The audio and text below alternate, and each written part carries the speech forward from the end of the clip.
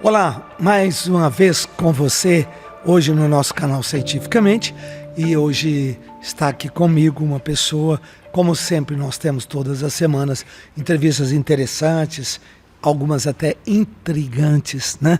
Trazendo ponto de vista, trazendo visões bastante científicas e buscando a convergência para a espiritualidade, para a fé. E hoje quem está aqui comigo é o Edson Boaventura. Edson, muito prazer, muito obrigado pela sua presença aqui. Eu que agradeço, né? E vamos bater um papo aí hoje sobre ufologia, né? Fenômeno OVNI. Mas também, se quiser fazer uma abordagem dentro da espiritualidade, né? Dentro da fé, a gente pode também comentar, né? Dentro das várias religiões, né? Sim, que a gente tem o assunto focado pelos evangélicos, pelos católicos, sim, enfim, por várias religiões. Perfeito, ótimo. O Edson, você se dedicou a essa causa há muito tempo, 20, 30 anos já que você está nessa 45 pesquisa. anos. 45? Uau, é muito tempo. Desde 1981. Você está insistentemente nessa pesquisa. Exato. Ufologia. Isso. O que esses seres que, né, aparece, desaparece, são seres de outros planetas.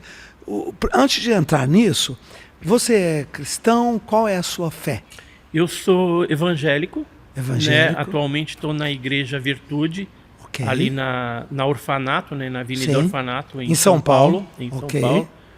E assim, a minha vida, né, como cristão, ela contrasta bastante com esse tipo de assunto, né? Sim, mas... Muitas pessoas vêm, às vezes, questionar, né, o porquê, mas ufologia, ela, embora não seja uma ciência, ela depende de outras ciências para ser melhor compreendida.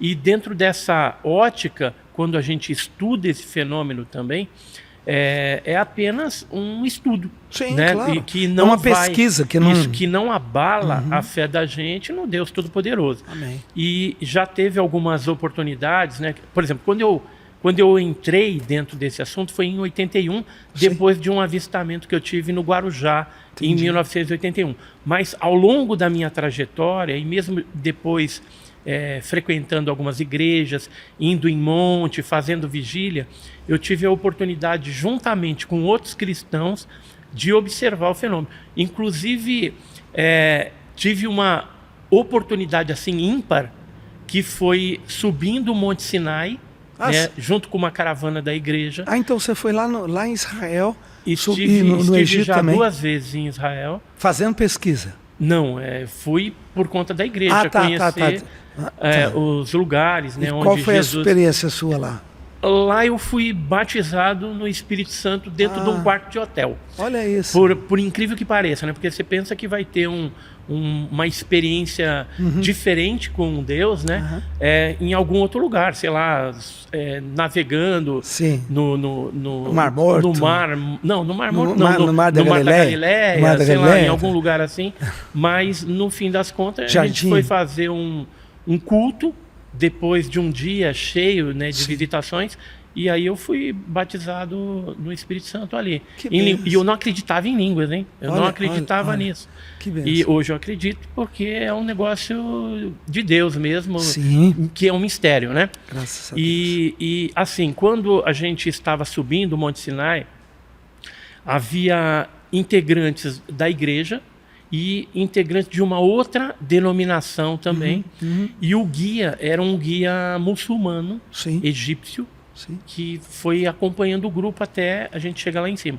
Quando a gente chegou no terceiro estágio, que já passa para aquele estágio de subir as pedras, a gente observou um objeto alaranjado, né, uma bola de fogo diferente. Não era um cometa, um meteoro, nada disso, era um OVNI mesmo. E ao observar isso, eu imediatamente perguntei para o muçulmano, né, para o beduíno ali egípcio que estava guiando a gente, o que era aquilo? Porque para mim eu já sabia, porque já havia estudado, né? E aí ele falou assim, é um UFO, é um UFO, né, um objeto voador não identificado.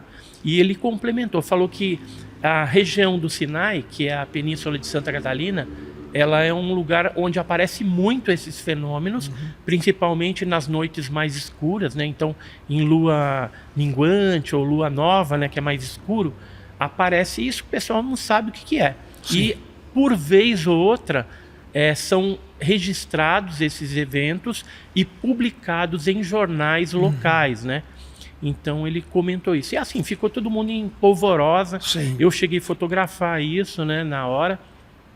E esse foi um dos eventos. Teve um outro evento que eu fui acompanhar 2 pastores, né, numa igreja lá em Cananéia, no litoral de São Paulo. E ao final do culto, tudo no outro dia, a gente foi para uma pousada que fica ali na Ponta Leste, que é a divisa de São Paulo e Paraná. E aí a gente estava ali fazendo um churrasquinho, né? Crente gosta muito de comer, né? O churrasquinho então é muito bem-vindo. Então é muito bem-vindo, né? E aí a gente estava fazendo ali o churrasco, depois uma membra da igreja chamada Cristiane, ela falou, vamos lá na praia, porque era uma pousada à beira-mar e ali é tipo uma ilha, onde o acesso você vai de barco, leva algum tempo para chegar lá, e moram apenas 16 famílias, né? E assim, é um lugar bem tranquilo, luz elétrica em alguns lugares nem chegou ainda. Olha. Então aí ela falou, vamos lá na praia agora, que a lua vai estar nascendo e dá um efeito bonito, fica vermelha, subindo do mar. Sim. É um visual bem interessante, a gente pode tirar umas fotos. E aí a gente fui eu, a esposa, os 2 pastores, mais a Cris, 5 pessoas, e estávamos lá na praia. Aí o pastor até falou, vamos ficar conversando, depois a gente ora aqui e tal. E nisso a minha esposa me cutuca, né? E aí ela falou assim, olha aquilo lá, né? Aí eu olhei, era uma luz, aí ela apagou. Né? Ela estava na direção do mar, apagou. Não houve tempo hábil para eu discernir o que era aquilo. E aí, como apagou, a gente continuou conversando. Aí daqui a pouco o pastor me cutucou e falou assim, ô presbítero Edson, acho que os teus amigos estão ali, ó. Aí já tinha aparecido essa luz de novo. Aí, de repente, quando eu comecei a filmar esse objeto, apareceu outro. Aí a gente ficou cercado. Os 5 na praia, cercado por 2 objetos. Um na faixa da areia e o outro mais ao mar. E aquilo, aí eu filmava um, filmava outro, ele piscava, fazia uns movimentos muito estranhos, até que eu, numa atitude assim, translocada, vamos dizer assim, comecei a gritar e falar, vem, que eu queria filmar aquele negócio de perto. Sim. Eu, vem. Aí a membra da igreja lá, a Cristiane, falou, não vem não, com medo, né, daquele negócio. Para mim, já era um negócio comum, né, a gente já tinha visto outras vezes. Essa foi a experiência de maior proximidade sua? Não. Com um UFO, ou você teve uma experiência mais próxima? Qual foi? Já teve outras mais próximas, por exemplo, em Ayuruoca, Minas Gerais, quando eu era bem novinho, em 1984, devia ter ali, 18 anos, ou fazendo 18, ia fazer 18 anos, e a gente foi numa vigília ali, e aí de repente, no dia que eu estava, dia 7 de setembro de 1984, junto com várias pessoas, e aí o pessoal estava ali, né, olhando para o céu, aquela coisa toda, e de repente o céu estava nublado, ele abriu, ficou um círculo aberto, onde você via as estrelas, e de repente uma luz colorida começou a rodear pela beirada daquelas nuvens que abriram em formato circular. E aí de repente desce aquele negócio, parecia um chuchu azul. O formato chuchu, ele é mais bojudo de um lado, mais afinalado do outro. Então desce aquele negócio luminoso azul assim e pousa uns 80 metros. Aí foi debandada geral. Todo mundo saiu correndo, eu era jovem também. Se fosse hoje seria diferente. Então esse foi assim mais próximo de um objeto voador que eu vi, né? A dimensão era grande? A dimensão do tamanho de uns dois Fusca. Você pega dois Fusca, coloca junto. Grande. Então um tamanho razoável. Quando ele pousou, deu para ver que era grande. Quando estava no céu, você via ele um pouquinho mais longe, assim, rodeando ali, né? E eu sei que saiu todo mundo debandada, correndo.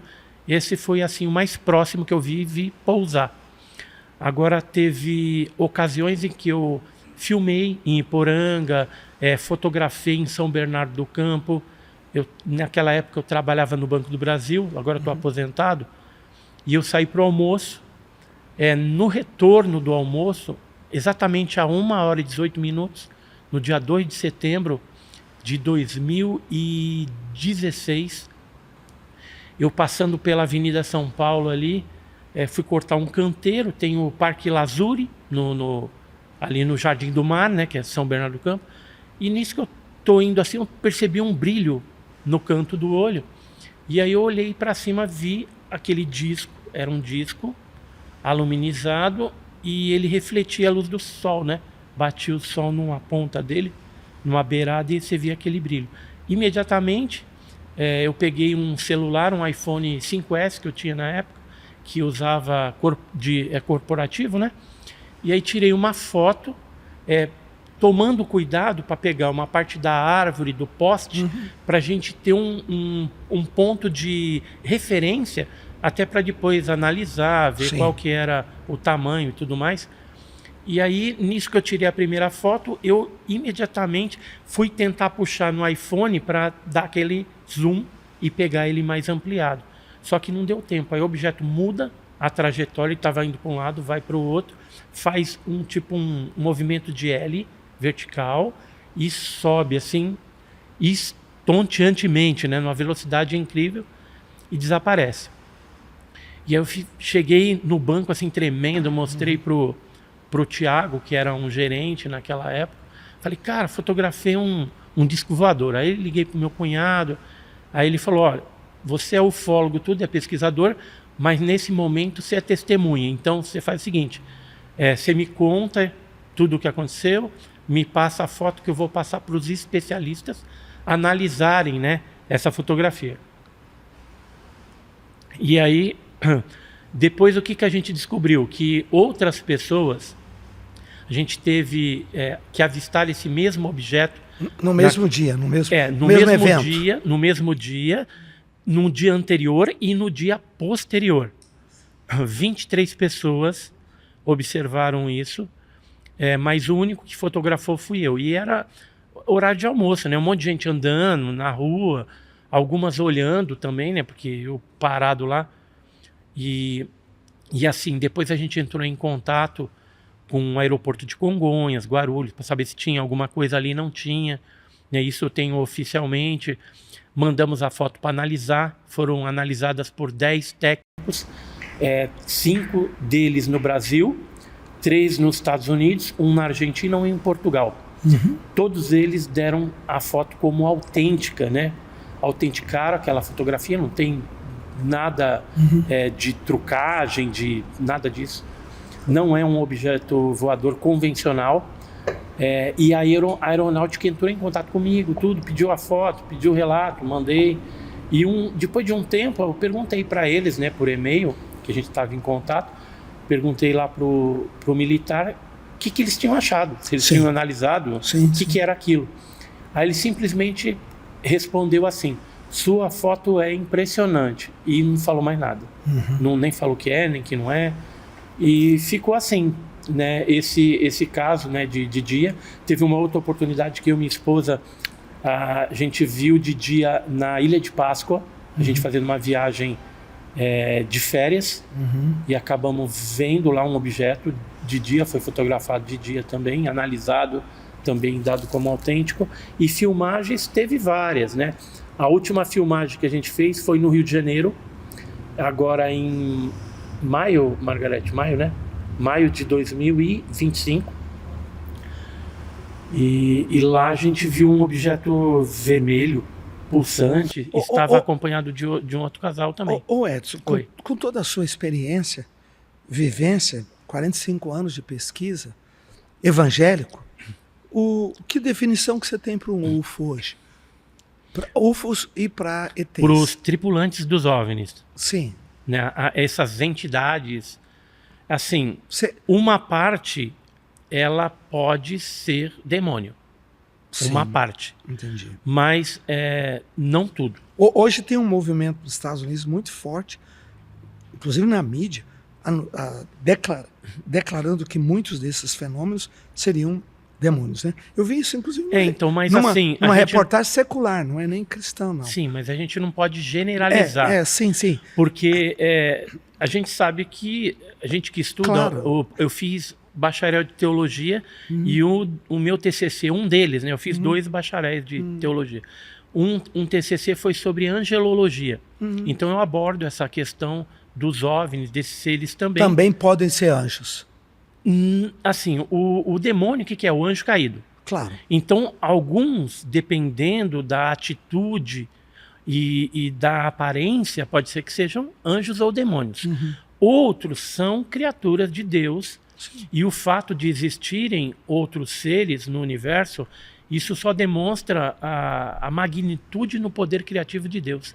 Ou seja, a grandiosidade desse nosso Deus criador. Né? Na pesquisa, a gente ainda não tem nenhum corpo de um ET, nenhum laboratório. Tinha-se uma conversa muito forte, muito grande, que a NASA tinha ali alguns UFOs que caíram e eles conseguiram resgatar, mas depois parece que veio a informação, abriram tudo e falaram, não é, foi uma montagem, coisa assim. O que a pesquisa aponta hoje? Então, existem corpos, sim, de seres mortos e vivos Existem. Aonde? Estão aonde? Assim, no Brasil, o de Varginha, por exemplo, pelo menos uma das criaturas foi para Aramar, que é uma instituição da Marinha brasileira e de alta segurança. Essa seria a nossa área biológica ali da época, né? Porque hoje eles já transportaram muita coisa para outro lugar que faz parte do Exército, e aí é uma instalação militar.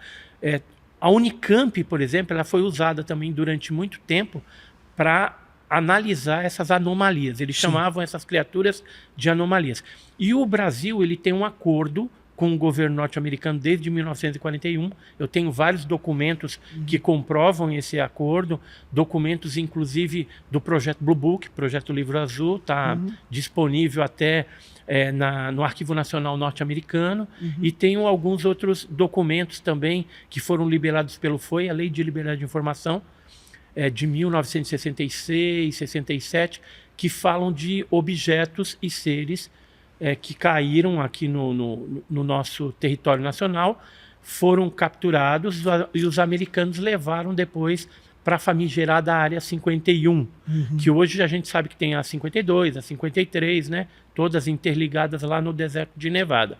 Então, essa questão de ter nave, pedaço de nave e corpos não humanos, porque a gente não pode assim generalizar e falar, é extraterrestre, é ultraterrestre, é intraterrestre, é ser viajante do tempo. Isso a gente ainda não tem a resposta da onde eles vêm. Mas sabemos que existe algo que foi criado por Deus, porque tudo foi criado por Deus, e que não é humano, não faz parte dessa civilização terrestre. E, por exemplo, eu tenho hoje em meu poder 4 fragmentos de um objeto voador não identificado, que é um objeto que explodiu em Ubatuba em 1957. Já foi analisado, inclusive teve análise feita pela própria NASA, pela Caltech. Eu tenho todos os laudos, pela USP, aqui em São Paulo também. E todos os laudos caracterizam que é um objeto não reconhecido, desconhecido. Fala que a composição química dele, embora seja um elemento constante da nossa tabela periódica, nesse caso de Ubatuba, por exemplo, foi detectado magnésio num alto grau de pureza, ou seja, 99,9, 99,3, sendo que as outras substâncias, né, substâncias que compunham, né, para chegar a 100%, eram a maioria ali óxido de magnésio, ou seja, magnésio enferrujado, já que o caso aconteceu na Praia das Toninhas, em Ubatuba, talvez em contato com a salinidade do ar, pode ter oxidado ali, né? E aí o que acontece? O Gary Nolan, que é um microbiologista da Universidade de Stanford, nos Estados Unidos, juntamente com Peter Sturrock. Esse já faleceu, era um cientista também que gostava muito desse assunto da ufologia. O Gary Nolan, ele analisou esse fragmento de Ubatuba com um equipamento que verifica o isótopo do magnésio. E o que ele descobriu? Que aquele pedaço da nave, ele é 30% diferente de qualquer magnésio que já foi encontrado na Terra, porque eles têm essa tabela. Sim. Então, é um material genuinamente extraterrestre, de fora da Terra, ou de alguma outra procedência. Hoje, por exemplo, a ciência, você pega aí o Jacques Vallée, que é um físico francês, o próprio Gary Nolan e outros cientistas, eles acreditam que possivelmente a explicação ultraterrestre teria assim mais pertinência na origem desse fenômeno do que a origem extraterrestre. Uma vez que o James Webb, por exemplo, esse telescópio, ele não achou nada, quer dizer, achou lá alguns sinais de vida em alguns planetas, mas está muito longe e tal. A NASA agora recentemente achou sinais de vida no passado de Marte, que é aquelas assinaturas, né? Inclusive ele fez uma audiência, o diretor da NASA agora faz pouco tempo, falando a respeito dessa descoberta. É lógico que precisa ali a ciência ainda aprofundar nas análises para chegar a essa conclusão de que vida, mesmo que seja microbiana, ela existiu em algum momento. Então não é prerrogativa aqui nossa da Terra. Mas voltando lá pro Gary Nolan, né? E essa turma, eles acham que o ultraterrestre, ou seja, seres de outras dimensões, interdimensionais, faria mais sentido na explicação da origem desses seres. O que não se discute hoje, na atualidade, é se ele existe ou não existe. Isso já está... É ponto passivo. Existe algo. Agora, se discute da onde vem e o porquê vem, o que estão fazendo aqui no meio da civilização. E a gente vive um momento hoje, atual, em que a imprensa, ela divulga mais seriamente, honestamente, esse assunto, e a gente já percebe que nos Estados Unidos tem um movimento de denúncias no Congresso Nacional Norte-Americano. Houve várias audiências públicas que foram iniciadas lá pelo David Grush, que era um ex-funcionário da inteligência norte-americana, e que denunciou, falou, olha, o governo americano tem naves, pedaços de naves e corpos não humanos.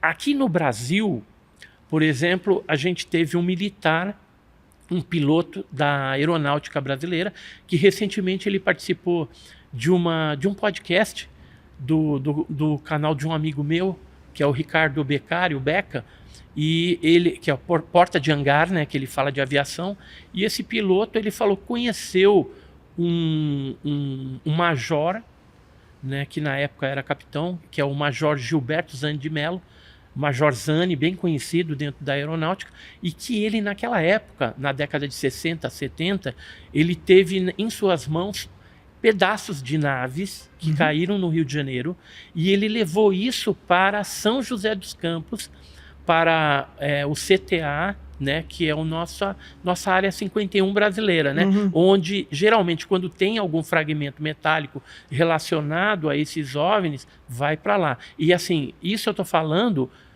que eu tenho a plena certeza e é embasado em documentos que eu tenho hoje em meu poder. Até hoje nós não temos uma experiência, um flagrante de uma nave no chão, de um objeto no chão, em que se entra, se sai, se filma, faz vídeo. Nós não temos ainda, ou já tem, a humanidade tem alguma prova, não é prova, mas nós temos algum elemento, por exemplo, que possa mostrar que, olha, caiu, tá aqui, tem 2 metros de altura, 2,5, tantos de comprimento. Tá? Então, existem, a gente fala, supostas fotos e vídeos de seres né, que já foram capturados ou que sofreram algum tipo de acidente, porque o objeto, apesar da tecnologia que eles aparentam ter, que é mais evoluída, eles são mecânicos também. Então, em algum momento, eles podem falhar, podem cair, assim como existem naves que foram abatidas por tecnologia terrestre. Sim. Também existe isso. Existem, assim, milhares de documentação que já estão liberadas. Isso é domínio público hoje? Domínio público. Né? No Brasil, por exemplo, são mais de 1.500 páginas de documentação sobre OVNIs. É lógico que não vai ter coisa tão assim forte, né, de classificação ultra secreta, secreta, porque isso geralmente eles não liberam. Liberam classificações mais rasas, né? Confidencial, sigiloso, né? Alguma coisa mais baixa, de nível mais baixo. E assim, então, por que eu falo, voltando lá no assunto, supostos fotos de seres ou supostos vídeos de seres? Porque a gente não tem como comprovar uma criatura ali. Pode ser uma pessoa vestida, um boneco, né? Hoje tem a IA, né, que prejudica bastante o assunto, né, as investigações, embora a gente tenha programas forenses para fazer análise e saber quando é uma IA ou quando é alguma outra coisa. Mas recentemente, um militar, ex-militar, norte-americano também, ele veio a público e disse que tinha visto um vídeo, foi chamado, na época que ele servia, né? Foi chamado pelo superior dele para ver um vídeo de um ser. E esse vídeo vazou e recentemente está aí, que é o que eles chamam de Skin Bob, né? É um vídeo bem interessante e que, assim, nunca antes, quando esse vídeo vazou, lá na época que caiu, vamos dizer assim, a muralha lá da Rússia, né? Que a gente teve assim, muitas coisas da KGB também liberadas. Então, naquela época que veio à tona esse vídeo. As pessoas daquela época para cá nunca provaram que é ou que não é. Ficou sempre em cima do muro. E agora apareceu esse militar que viu esse mesmo vídeo e que comprovou, veio a público, dando ali a cara para bater e falando, não, é verdade. Porque eu vi, aconteceu assim, assim, assim.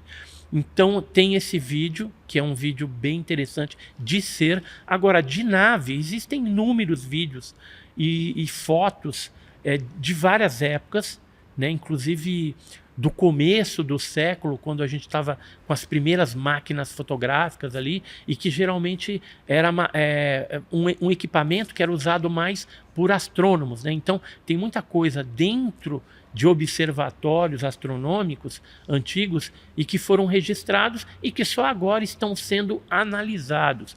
Tem uma cientista chamada Beatriz Villarroel, que agora recentemente ela apresentou um paper científico apoiada por pares, inclusive já teve outros 2 pares que fizeram a confirmação do que ela descobriu.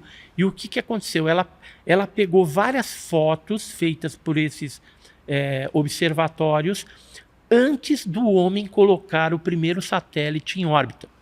Por quê? Porque já apareciam algumas coisas no céu que tem, assim, por exemplo, uma aerodinâmica diferente, que tem uma geometria diferente, e era chamado naquela época de objetos transientes. E aí ela resolveu analisar milhares de fotografias, de material a respeito disso, e chegou à conclusão de que o que estava voando lá em cima não era satélite terrestre, era alguma coisa que não se tem uma explicação. Né? Não se pode falar que é extraterrestre, mas já estava voando alguma coisa por lá.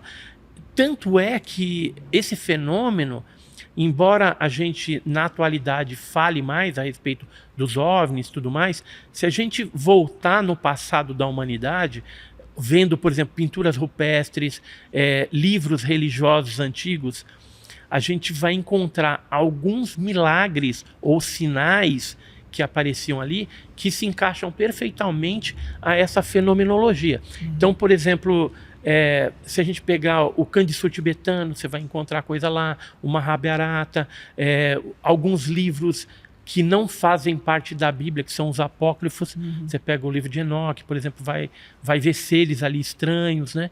Agora, na Bíblia, né, os livros, os 66 livros que nós, evangélicos, entendemos, né? Porque a Bíblia católica tem muito mais livros. Tem livro lá de Judite, tem 8 a mais, né? Então, a Bíblia, como nós conhecemos, ela não traz claramente esse assunto. Ela dá uma pincelada aqui. Se bem que é muito confuso quando você lê os 4 seres viventes de Ezequiel. Quando você encontra ali alguns dessas descrições, parece muito um UFO, porque ele anda sobre rodas circulares. Quer dizer, é o que você falou, Então, agora sobre Ezequiel, é um negócio interessante. Você pega lá no capítulo 18, né? De Ezequiel, que ele começa a fazer a descrição. Se a gente for ver pela tradição, Ezequiel era um profeta de visões. E, assim, a tradição fala até que ele era meio esquizofrênico, né? Ou tinha era mais visão. Então, pode ser que aquilo não tenha sido fisicamente. Mas, para seu conhecimento, isso existem livros também. Existe um engenheiro projetista da NASA chamado Joseph F. Brumrich. E o que ele fez? Escreveu um livro sobre a visão de Ezequiel, onde ele patenteou um objeto em forma de pera invertida e depois construíram isso daí. E existem fotos ao longo da história da ufologia que mostram esses objetos em forma de pera invertida, que lembra muito a visão de Ezequiel. Não estou aqui afirmando que a visão de Ezequiel é alguma coisa, porque de repente pode ter sido apenas uma visão. Mas é interessante. Uma outra parte da Bíblia que quando a gente estava estudando, né, fazendo bacharel e tudo mais, eu tive oportunidade de ter um mestre que ele conhecia bastante o hebraico, né? Então, ele falou assim, olha, Edson, eu falei, tem alguma coisa assim que seja estranha? Ele falou, ó, tem uma coisa que no púlpito da igreja é pregado de um jeito para a igreja entender, mas que a versão no hebraico é um pouco diferente. Eu falei, o que é? Sabe o livro de Jonas, do profeta Jonas? Sei, então, lembra quando teve o grande peixe ou a baleia que engoliu Jonas, né? Então, na verdade, a palavra em hebraico não significa peixe, grande peixe, e não significa baleia. Aquilo ali, assim, uma interpretação mais acertada, vamos dizer, seria uma máquina tecnológica de Deus. Embora naquela época não teria, né? Uma máquina tecnológica. Então, o que foi aquilo?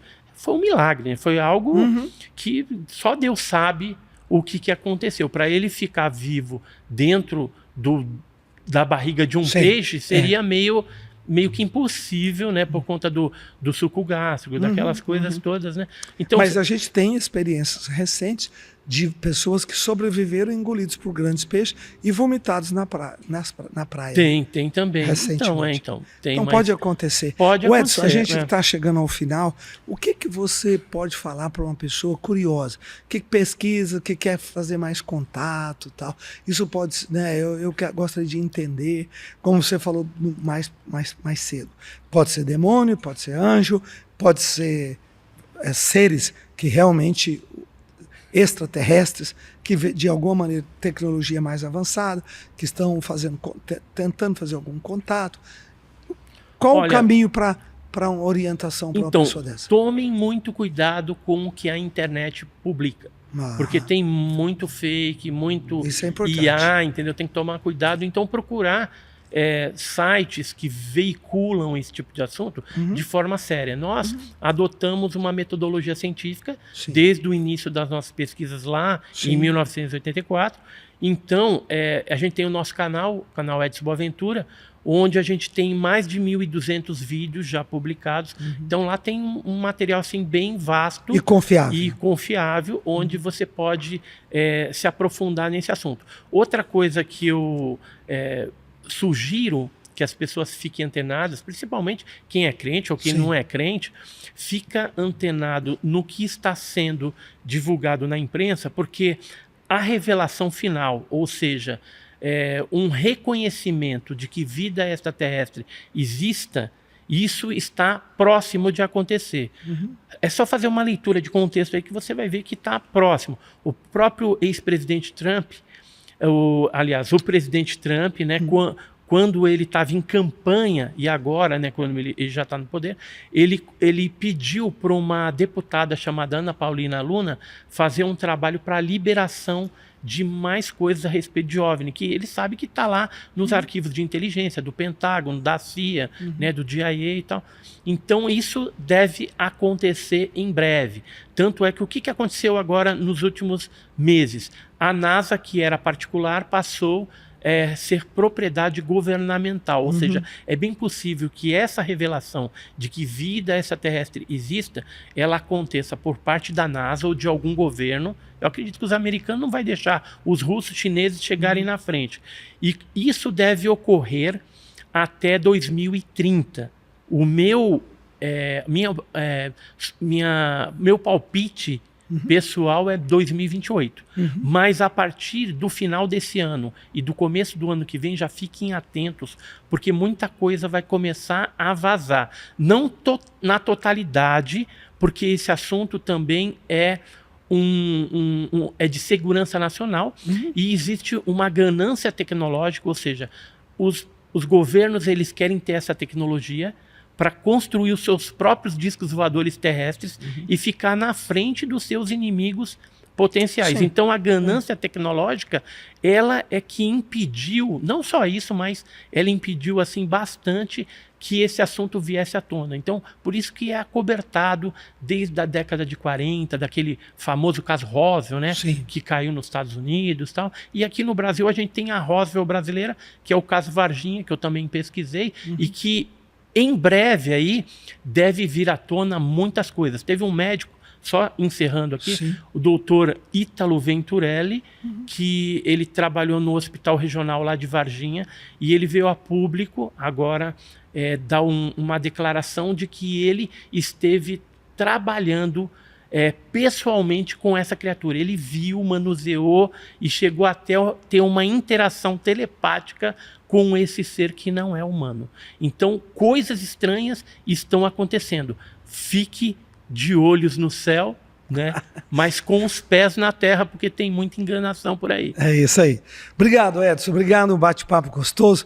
É um assunto muito polêmico, diferente, mas está aí no meio, né, gente? Está aí.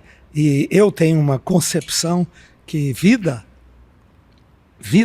não é apenas vida biológica. Por exemplo, os anjos têm vida e não têm bios. Eles não estão no conceito de bio, porque não é vida física, é vida espiritual. E a vida espiritual pode fazer contato com a vida biológica, porque eles estão numa dimensão muito acima da nossa, né? E então isso é como o Edson disse, tem muito mistério. Vamos viver um pouco mais, vamos esperar toda a ciência trazer tudo que eles já têm para a gente entender. O importante o mundo espiritual existe. E olha, a palavra de Deus é a palavra de Deus, ela é fiel, firme, a oração, o nome do Senhor, tudo isso são armas espirituais. E o resto a gente pesquisa e vamos ver, né, tudo aquilo que vai acontecer ainda. Posso falar só mais uma coisinha, só para encerrar? Fale, nós estamos encerrando. Que o assunto é vasto, né? Vasto demais. Billy Graham, que foi um grande evangelista, né? Billy Graham. Billy Graham, em 1997, em dezembro, ele deu um depoimento a respeito de vida extraterrestre e ele era um dos cristãos que acreditava em vida em outros planetas. Amém. E isso não denegria, vamos dizer assim, a imagem de Deus, só exaltava o nome do Senhor. Se for verdade, nós temos que encarar com naturalidade, com sinceridade e acabou. E vemos dali como vamos fazer qualquer contato, porque o livro de Colossenses, quando fala da redenção do Senhor Jesus, não é só do nosso planeta, é o cosmos. O impacto na cruz da morte de Jesus, ele incluiu todo o cosmos. Então, tem muita coisa para a gente aprender daí para frente ainda. É isso aí. Obrigado, Edson. Um abraço você que está conosco. Mande suas dúvidas, suas perguntas para o canal. Vai ser um prazer. Eu vou passar para o Edson também. Ou visita lá o canal do Edson, @EdsonVentura, né? Edson Boaventura. Edson Boaventura, perdão. E tem muita coisa para você. Deus te abençoe. Um abraço.